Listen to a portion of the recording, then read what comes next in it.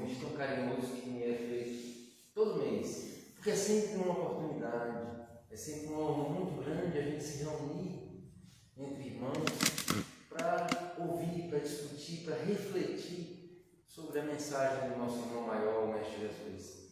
Antes de adentrar no tema propriamente dito, eu queria falar um pouquinho sobre o Evangelho segundo o Espiritismo. Quero crer, meus irmãos, que nós temos o acesso ao maior compêndio interpretativo de uma escritura sagrada, que é o Evangelho segundo o Espiritismo, que nos traz uma interpretação racional, objetiva, sem dogmatismo. Lá não existe o é porque é, lá não existe o mistério da fé. Lá nós temos uma explicação racional para tudo que se nos acontece nessa existência. Então nós temos nesse manual de tudo que é o Evangelho uma fonte viva, fonte que nós podemos utilizar para o nosso alavancar espiritual, para a nossa jornada infinita. Então nós no tema fica esse alerta para nós percebermos a preciosidade que nós temos à nossa disposição, que é o Evangelho segundo o Espiritismo. Vamos acessar isso, não vamos perder essa oportunidade. Vamos ler aquelas linhas, vamos fugir da tradução literal, vamos tentar nós mesmos descobrir o que é que o nosso irmão maior queria nos dizer. Porque a interpretação literal ficou para 2000 anos atrás. Agora nós temos a capacidade de entender um pouco mais a mensagem do Cristo. Feito esse introito, vamos começar o nosso tema da noite, que está no Evangelho segundo o Espiritismo, capítulo 18, em especial os itens 6 a 9. O tema dessa noite, que está nesses tópicos do Evangelho, está em Mateus também, no capítulo 7, versículos 21 a 23, que eu peço licença a vocês para ler. Nem todo o que me diz, Senhor, Senhor, entrará no reino dos céus, mas aquele que faz a vontade do meu Pai que está nos céus. Muitos, naquele dia, vão me dizer, Senhor, Senhor, nós não profetizamos em Teu nome, e em Teu nome não expulsamos demônios, e em Seu nome não fizemos muitos milagres. Então lhes direi claramente, eu nunca conheci vocês. Afastem-se de mim, vocês que praticam o mal. O que é que o Cristo está querendo dizer com isso? Muitos dos que dizem, Senhor, Senhor, não entrarão no reino dos céus. A mensagem é muito clara, meus irmãos. Não basta a gente falar. Não basta a gente falar. Tem que ter algo mais para que nós acessemos esse reino dos céus. E o que será esse algo mais? A resposta vem no próprio Mateus, no versículo a seguir. No versículo 24 desse capítulo 7, traz-nos a seguinte informação. Aquele, pois, que ouve estas palavras e as põe em prática é semelhante a um homem prudente que edificou sua casa sobre a rocha. Então não é só ouvir, não é só falar, é pôr em prática.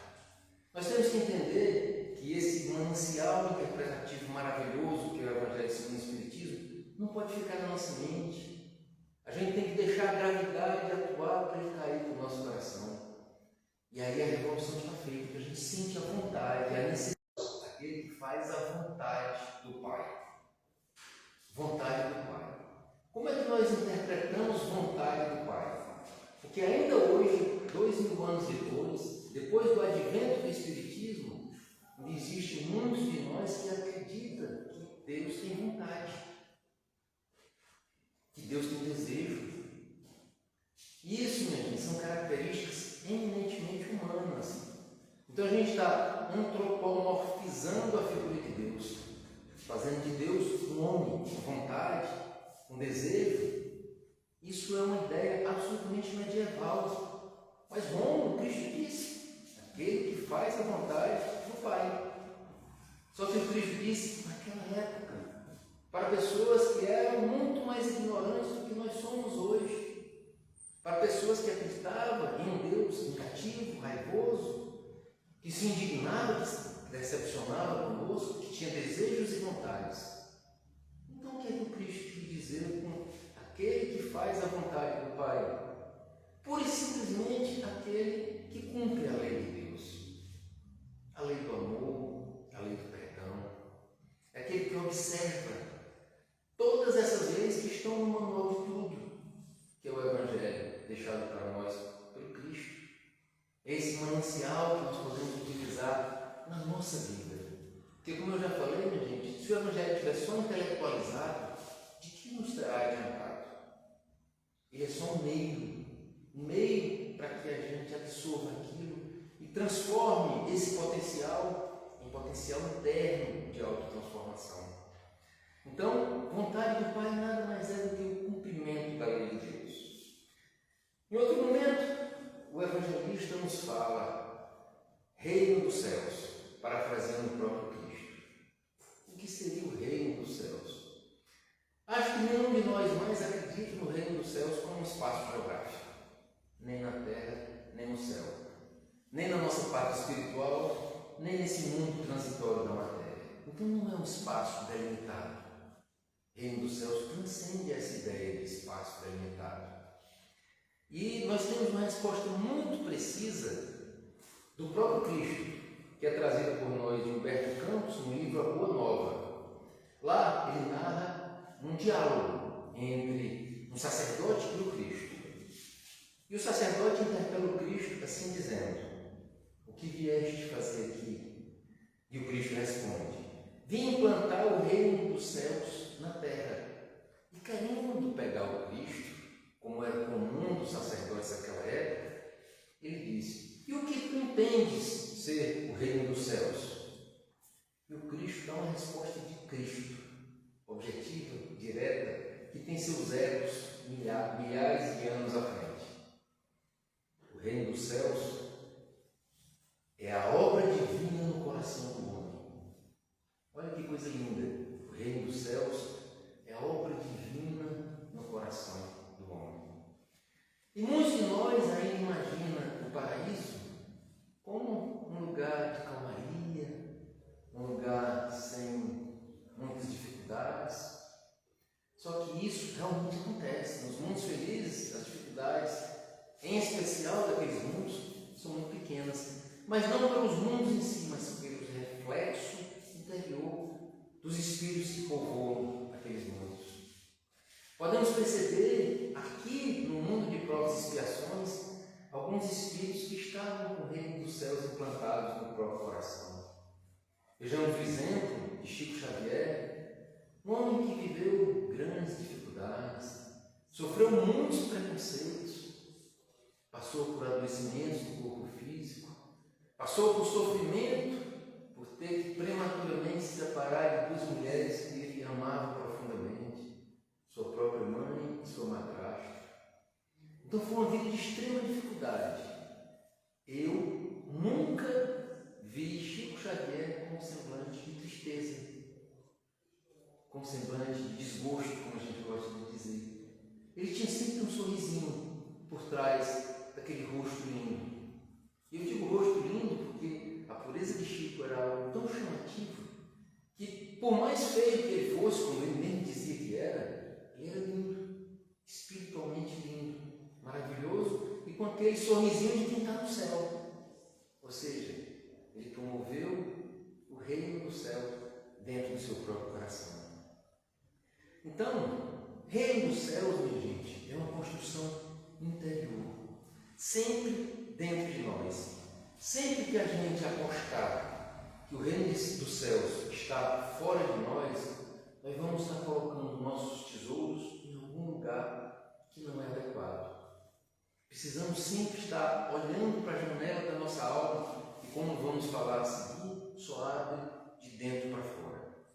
Sempre que eu falo desse tema, eu gosto de fazer um paralelo com outra passagem do Evangelho. Quando Cristo diz assim: muitos serão os chamados, poucos os escolhidos. Alguém vai dizer assim: o que é que isso tem a ver com o nosso tema? Tudo a ver. Porque quem são chamados? Quase todos nós desse planeta somos chamados.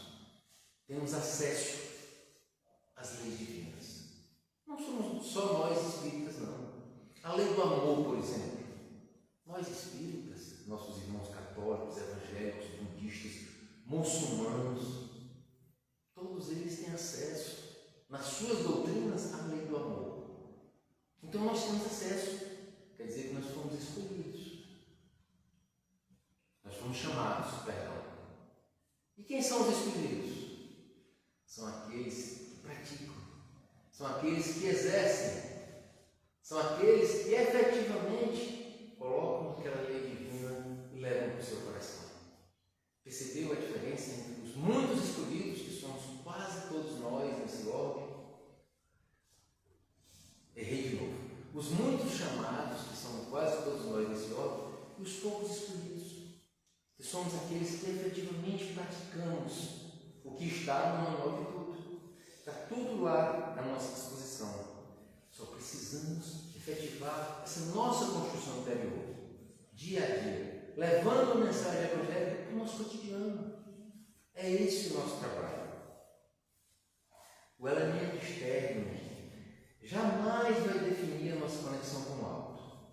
É uma grande ilusão a gente apostar que o externo, de alguma forma, vai nos levar ao alto. E essa construção interior, ela ocorre tanto na matéria quanto na erraticidade. Tanto encarnados como desencarnados. Nós temos essa possibilidade de acessar esse reino dos céus e trazer ele para dentro do nosso coração. Como eu falei a título de introito, da importância do Evangelho segundo o Espiritismo no começo, é através desse manual que nós podemos pegar essa lei divina e trazer para dentro do nosso coração. Agora, para isso, repito mais uma vez, alguém vai dizer, bom, você está ficando chato de tanto repetir isso. Mas eu acho que é tão importante, precisamos tirar esse Evangelho da nossa mente e levar para o nosso coração. Aí é que começa a nossa revolução. Usando dois termos que nós mergulhamos um pouquinho, reino dos céus e vontade de Deus, nós podemos construir uma frase única. Quando nos afastamos dessas leis divinas, que seriam o que seria a vontade de Deus expressada pelo Cristo, nós nos distanciamos, nós pegamos o reino dos céus e afastamos dos nossos corações. E aí é que a nossa existência se complica, porque a gente se perde dentro da própria matéria.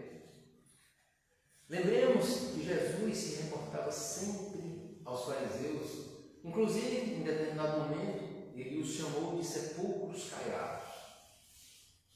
Nada mais significava isso do que seres, homens, talvez até nós mesmos, lá naquele momento, valorizávamos o externo. Eram homens com aquelas suas túnicas de linho e seda, com aqueles chapéus caros, com aquele linguajar muito rebuscado, ou seja, o exterior deles era de impressionar, mas no interior era o sepulcro caiado, só a podridão. E como eu gosto de trazer o Evangelho para nós, será que no nosso cotidiano, vez ou outra, a gente não age como um sepulcro caiado, como um fariseu da era moderna? Muitos de nós dirá, eu não, jamais. É só a gente prestar atenção onde é que está o nosso olhar. Se o nosso olhar está para o interno, para o interior, ou se está para o externo. Se eu venho aqui dar uma palestra para vocês e a minha preocupação é: o que será que eles vão achar?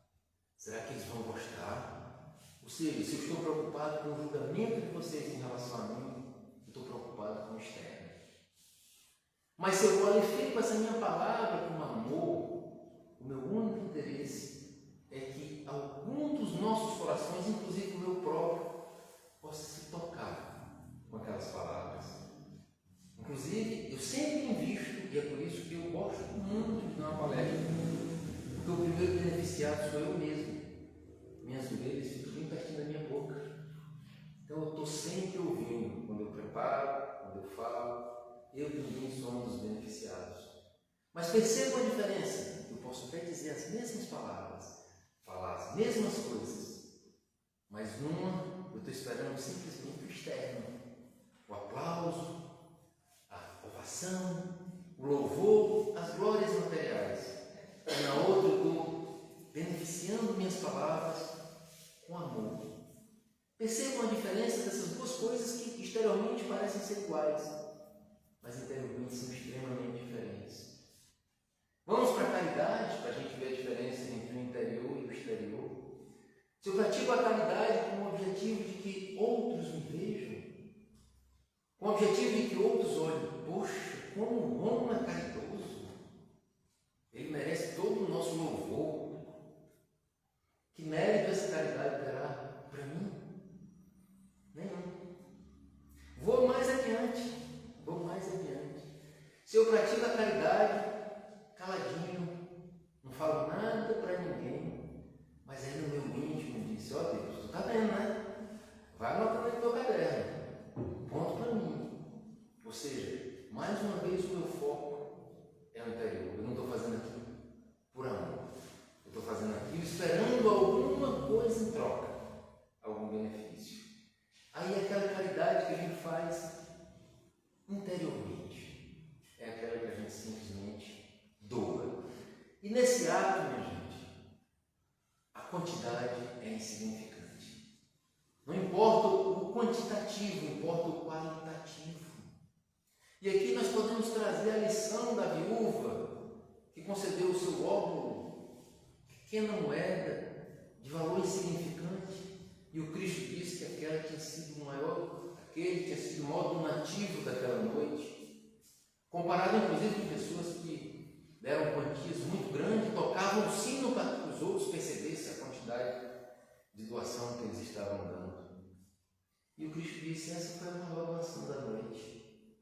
O Cristo estava dizendo o quê? Justamente o que eu estou vos dizendo agora. Não importa a quantidade, não importa. O que importa é a qualidade. E o que é que dá qualidade ao nosso ato? Amor. O amor qualifica a nossa vida. O amor nos auxilia a nos transformarmos de forma efetiva. Então, os que diziam, Senhor, Senhor, nós expulsamos demônios em teu nome, isso antigamente. Hoje, se eu chego e digo, Senhor, Senhor, eu dei 1000 palestras espíritas, o Cristo, no linguajar atual, vai olhar para mim e dizer, e daí? E daí que você deu 1000 palestras espíritas? O que é que você tinha dentro do seu coração? O que é que você esperava? Você qualificou essas palavras, essas palestras com amor? Você estava falando interessado em tocar algum coração? O seu, inclusive? Ou você estava simplesmente se mostrando para algumas pessoas como um ato de autovalorização? Estou dando esse exemplo, meus irmãos, para vocês perceberem que às vezes os mesmos atos levam a consequências extremamente diferentes. Para vocês perceberem de uma forma definitiva que o que vem no nosso coração, o que está internamente, é o que promove a entrada do reino dos céus em nós mesmos. E uma prova da importância desse amor nos nossos atos, a gente pode retirar do grande, do extraordinário Paulo.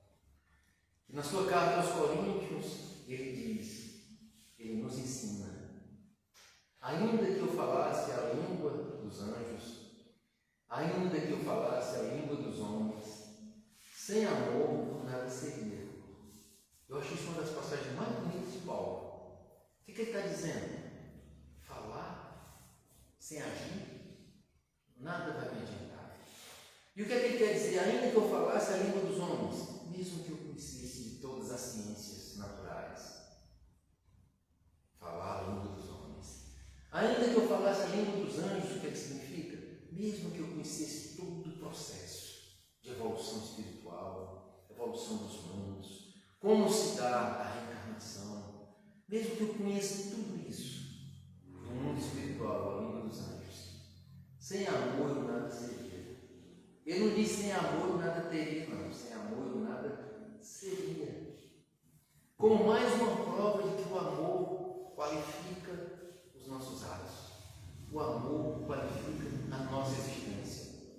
O amor faz com que tudo que a gente faça, a gente faz de uma forma melhor. Pensemos sobre isso. não como uma reflexão eminentemente doutrinária, mas levando isso para o nosso cotidiano. Que quantidade de amor eu estou produzindo para mim mesmo? Que quantidade de amor essa produção interna minha está refletindo nos outros? Uma pergunta muito séria para a gente fazer todo dia. Porque tem muitas qualificações, especificações do que é Deus. Inclusive, na primeira resposta do Livro dos Espíritos. Mas para mim, essa primeira resposta, apesar de ser absolutamente racional, ela é muito distante da minha realidade. Para mim, quem definiu melhor Deus foi João, o evangelista, quando ele disse que Deus é amor. Isso preenche meu coração. Para mim, a melhor definição de Deus. Deus é amor. Então, nós precisamos vibrar no amor. Primeiro, no amor por nós mesmos. Todo o caminho evangélico começa por nós. Vou sair amanhã para salvar o mundo. Às vezes eu não tenho condição de salvar nem a mim mesmo. Vou sair e praticar caridade para todo mundo. Tenho que começar sendo caridoso comigo mesmo. Vou perdoar infinitamente aquele irmão que comete o mesmo deslize comigo repetidas vezes. Eu já aprendi a perdoar a mim mesmo. Todo o caminho evangélico começa por mim mesmo. E assim não é diferente com o amor. Precisamos produzir esse amor para nós, para conosco mesmos, para que a qualidade de amor que a gente vai dar para os outros seja uma boa qualidade. Aí muitos dizem, mas não, eu amo tanto fulano, eu amo tanto ciclano, mas eu não me amo muito não. Então, o que você oferece ao outro pode ser apego, pode ser paixão, pode ser dependência emocional, mas se você não se ama, como é que você vai dar amor para o outro, se você não dá amor nem a si mesmo? Pensemos nisso como uma alavanca fundamental para trazer o reino dos céus para os nossos corações e para sair do Senhor, Senhor, do só falar, do só ouvir. Precisamos de algo mais. Maria Teresa de Calcutá diz uma coisa que me marcou. Ela diz que as mãos que ajudam são muito mais sagradas do que as bocas que oram. Agora o mundo está dizendo que orar não é importante. De forma alguma. É muito importante orar, é muito importante estudar a nossa doutrina. Mas como meio? Para quê? Para a nossa autotransformação.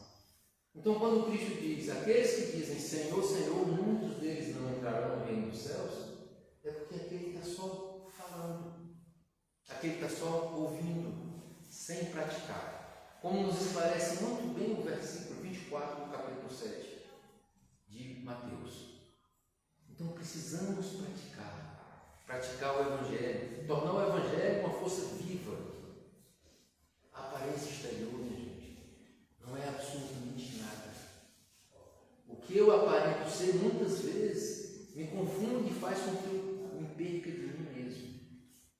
A nossa essência é sempre de ordem divina. Precisamos marcar esse encontro conosco mesmo. Essa origem divina que está lá, pulsando. Aí um diz, mas essa minha origem divina está tão escondidinha, eu quase não percebo ela no meu dia a dia. Por quê? Porque a gente começa a encobrir com os cobertores do orgulho, do egoísmo, da vaidade, desses nossos pequenos equívocos.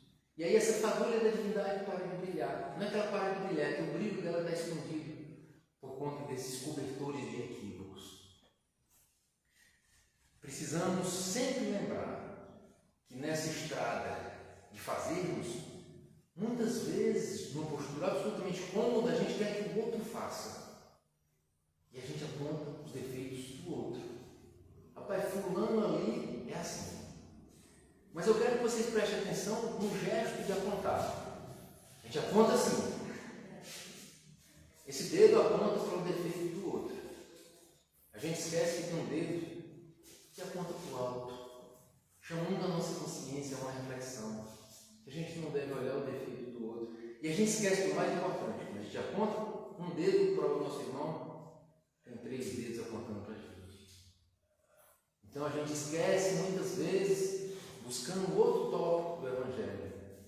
Esquece da trave que temos no nosso olho, os 3 dedos que está apontado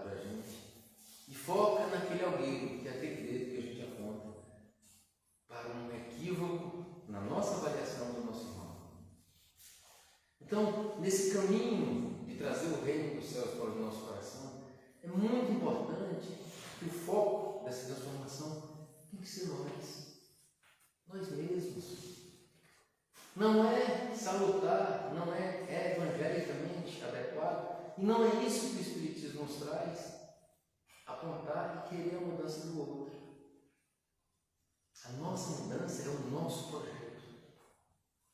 Como quer dizer que eu não posso ajudar as outras pessoas a mudar? Claro que pode. Mas você nunca vai mudar as outras pessoas. Através da sua ajuda, do seu exemplo, do seu conselho, elas podem decidir e elas podem mudar. Mas você jamais vai mudar ninguém. Nem o esposo, nem a esposa, nem o filho, ninguém. A nossa mudança é um projeto pessoal e intransferível. O trabalho é nosso. Só nosso. Então, mãos à obra. Nós não conseguimos, minha gente, nunca fugir do crivo da nossa consciência. Quanto mais evoluído a gente está, mais essa consciência nos alerta. Muitos, inclusive, dizem assim: puxa vida, quando eu não sabia das coisas do Espiritismo, parece até que a vida era mais fácil. Por quê? Porque a gente estava envolvido numa acomodação. A gente ia ser chamado muitas e muitas vezes pela nossa irmã dor, alertado, chacoalhado. Então, o Espiritismo, de uma certa forma, se a gente absorver aquele conhecimento, ele é um desenvolver da nossa própria consciência. E muitos dizem: o meu juiz é a minha consciência. Eu quero crer que a consciência não é um juiz, ela não está ali para nos julgar, ela está ali como nossa amiga, para nos alertar. E é muito melhor que eu olhe no espelho e diga assim: meu Deus, eu sou muito endividado. Talvez o mais endividado dentre todos, mas dou graça por ser o que sou. Isso é um trecho muito bonito que nos remete à consciência. Consciência de saber que eu não estou no mundo de provas e expiações. Por acaso, aqui é a minha casa. Eu tenho ainda muitos arquivos para tratar nessa casa. E aqui eu gosto de falar de mim, porque às vezes tem um espírito muito burilado que está me assistindo, então eu prefiro falar só de mim. A minha casa ainda é esse mundo de provas e expiações. Eu estou bem adequado aqui. E essa consciência do atraso que eu estou me ajuda a perceber os equívocos e a fazer um projeto de mudança, utilizando o quê? O manancial de tudo, que tem resposta para tudo, que é o Evangelho de Cristo. Procurando cada vez mais dotar com um pouquinho mais de amor todas as nossas ações no dia a dia. Elas vão ser valorizadas e vão crescer em importância. Normalmente, minha gente, a gente valoriza muito o exterior pela fala. A gente gosta do eu. Aliás, o nosso ego adora o eu. E a nossa vaidade adora o meu. Então a gente tem que ter cuidado com isso.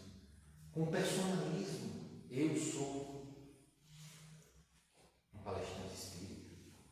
Eu sou um grande médico. Eu sou. E a gente esquece que a gente não é essas coisas, a gente está. A gente está. Nós somos espíritos criados por Deus, ou seja, nós somos muito mais importantes do que a nossa profissão, nós somos muito mais importantes do que a condição que a gente está dentro de uma casa espírita, nós somos muito mais importantes do que imagina a nossa vã filosofia. Mas às vezes, dentro do nosso ego, dentro do nosso egoísmo e do nosso orgulho, a gente se apequena para tentar se agigantar. A gente diz: eu sou, como se estivesse elevando. Mas de fato a gente está se diminuindo. Quando eu me orgulho de ser uma referência em alguma coisa nesse mundo material, eu estou me apequenando, em vez de estar me engrandecendo. Porque a minha verdadeira grandeza não é aquela situação passageira dessa encarnação. Minha verdadeira grandeza é ser filho de Deus, é ser fagulha da divindade, é ser obra da criação. Tão importante que eu sou o único no universo. Não é no planeta Terra, não. No universo inteiro não tem nenhum ser igual a mim. Então não vamos nos apequenar com as coisas da matéria. Eu não sou um palestrante espírita, eu estou momentaneamente. Vim com uma habilidade de falar nessa encarnação. Talvez na outra eu venha afônico, talvez na outra eu venha passar por alguma experiência que me impeça de estar aqui falando para vocês. Então eu estou, simplesmente estou. Porque eu me reconheço ser muito maior do que isso na qualidade de filho de Deus. Tem uma questão que o tempo está se acabando, mas eu vou insistir em a gente mergulhar um pouquinho nela, é que são os nossos templos. A casa espírita, um templo católico, evangélico, budista, as nossas casas de reflexão, de oração, essas casas que normalmente nos preenchem, essas casas que nos dão paz. A gente precisa ter cuidado até para que a gente não valorize o aspecto exterior nessas casas, para que a nossa vaidade não nos preencha no ambiente dessas casas.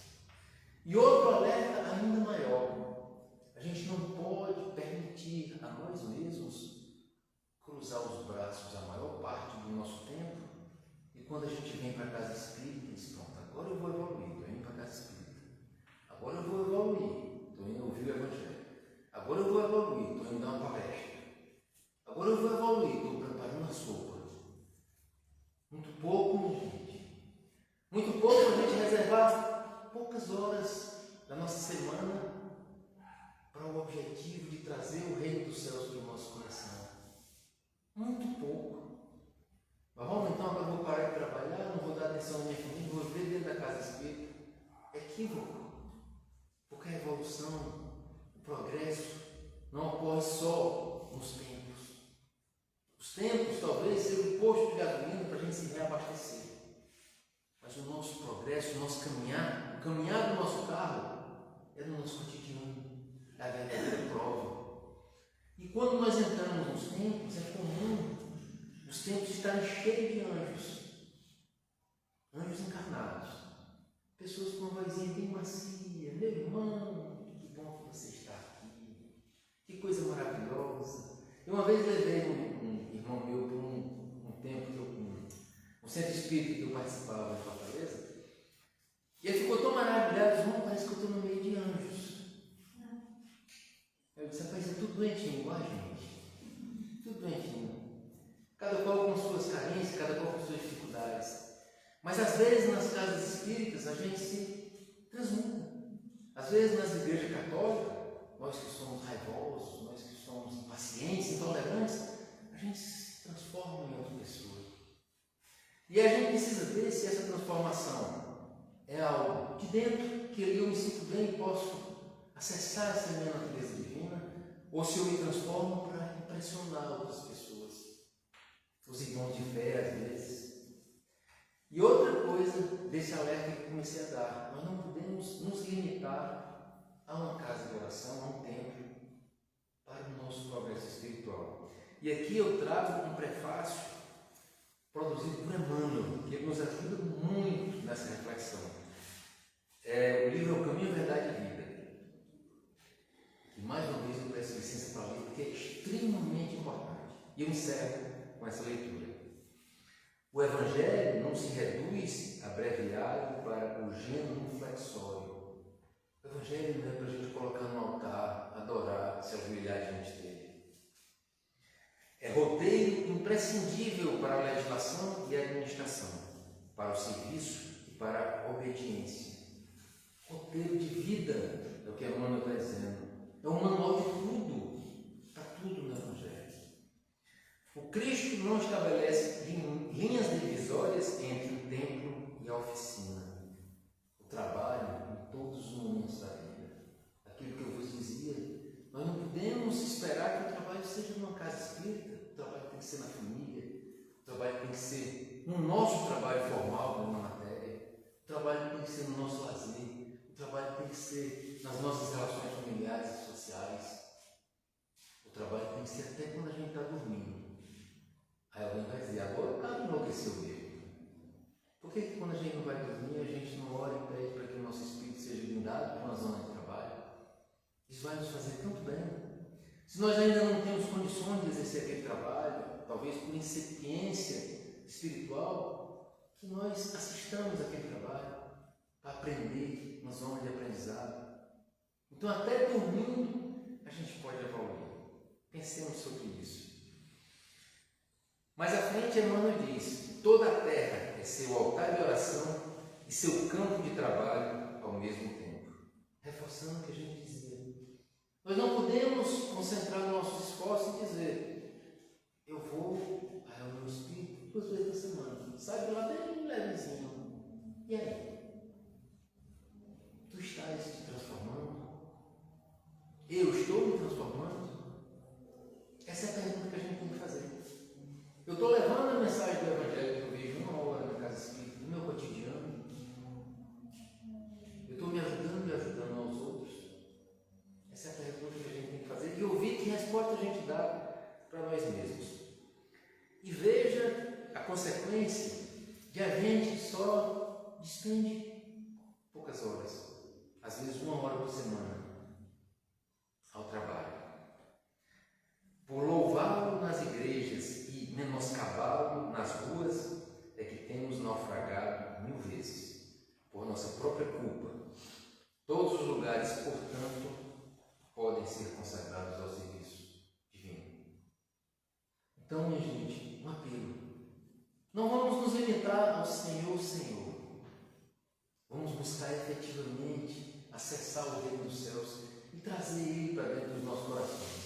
Porque o reino dos céus é um estado de espírito, não é um lugar delimitado. Chico Xavier estava num mundo de provas e expiações, mas tinha uma boa parcela do reino dos céus dentro do coração dele. Pensemos sobre isso e promovamos a mudança necessária no nosso cotidiano. Lá é a nossa prova. Lembrando sempre que a janela da nossa alma só abre de dentro para fora. Muitos dos nossos equívocos é querer fazer a transformação de fora para dentro.